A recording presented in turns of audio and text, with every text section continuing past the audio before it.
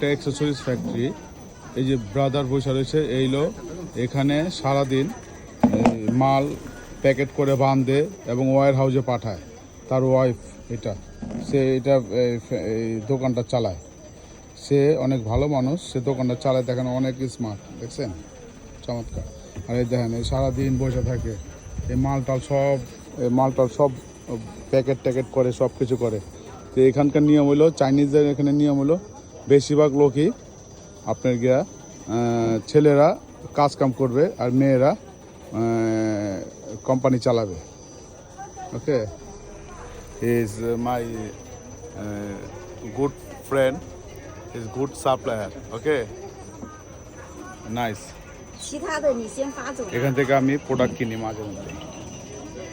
ভালো, তবে এত ভালো না, আবার মোটামুটি 90%। ওকে, গুড।